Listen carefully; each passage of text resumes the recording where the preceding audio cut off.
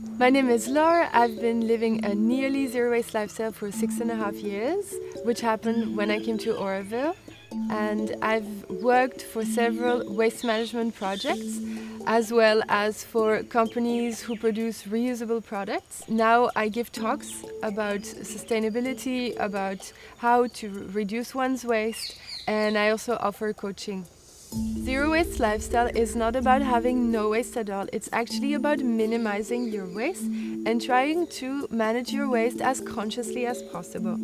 So there's 5 principles in a zero waste lifestyle. The first to refuse, reduce, reuse, recycle, and rot, which means compost. Like when you live a zero waste lifestyle, you have no waste at all. That's a huge misconception because actually you do have, but you don't have much, first of all. Second, you mind your waste. You mind actually what's the future of your waste. Like you will mind that it's reusable, you will mind that it's recyclable or repurposable. And it's best to have many imperfect zero waste or some kind of zero waste people rather than none at all.